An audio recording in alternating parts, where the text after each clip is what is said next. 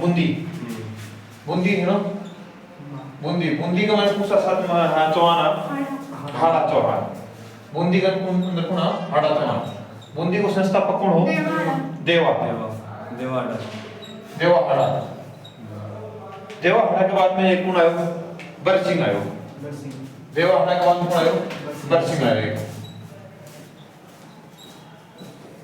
देवा हाड़ा के बाद कौन आयो? एक बरसिंह आयो, ठीक है। अब बरसिंह आया कि वो क्या करे हो?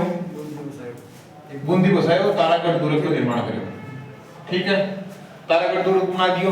अब तारागढ़ दुर्ग बनाने के बाद क्या करें? इधर एक आदमी और आयो, कौन आयो हो?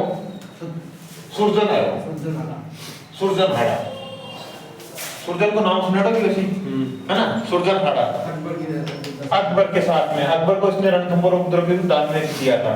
कब दिया था? 1569 ईस्वी के अंदर, ठीक है। 1569 ईस्वी में क्या दिया था इसने? अकबर को। अकबर जो कौन था? मुगल बादशाह था। उसने 1569 के अंदर रणथंभौर दुर्ग दान में दिया था। अब इसका एक कवि था, किसका था? सुरजन का। सुरजन का एक कवि था, कौन था? चंद्रशेखर। सुरजन का एक कवि था चंद्रशेखर, जिसने क्या लिखी थी? सुरजन चरित्र लिखी थी। चंद्रशेखर ने एक चीज और भी लिखी थी चौहानों के ऊपर, क्या लिखी थी? हमीर हट लिखी थी।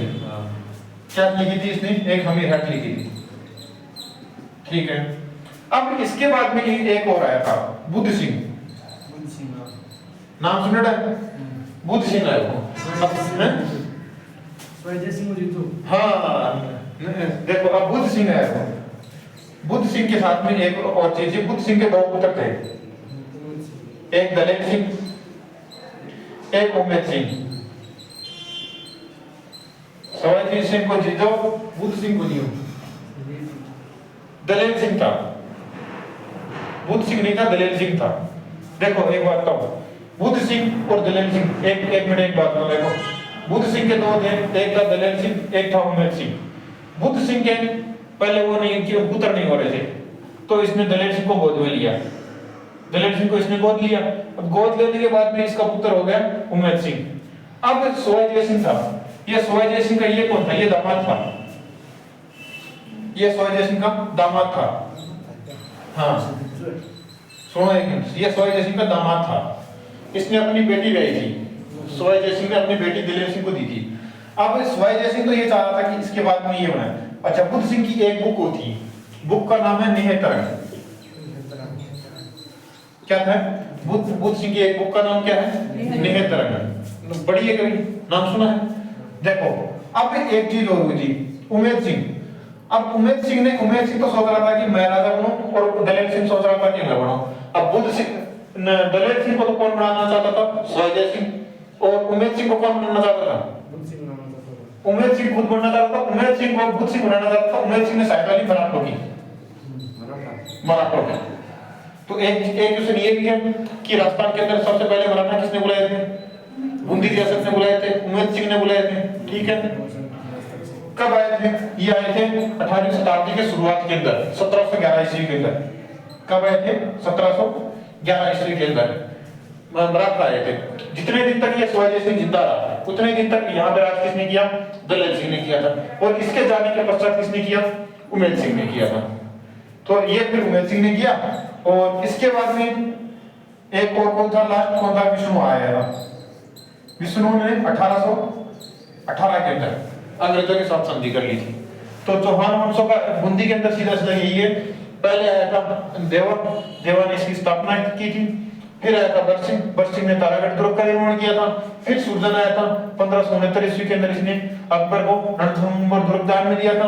इसके बाद चंद्रशेखर इसका एक कवि था, इसने सुरजन चरित्र लिखी। और चंद्रशेखर ने क्या लिखा था? हमीर हट। ये हट था, हमीर तो सिर्फ एक चीज के लिए प्रसिद्ध था, हट के लिए। उसके बाद बुद्ध सिंह आया, बुद्ध सिंह ने निहतरंग लिखी। बुद्ध सिंह के दो पुत्र थे, एक दलेर सिंह, एक उम्मेद सिंह। दलेर सिंह था सोया जय सिंह का दामाद, और उम्मेद सिंह था जिसने सबसे पहले राजस्थान के अंदर मराठों को बुलाया था।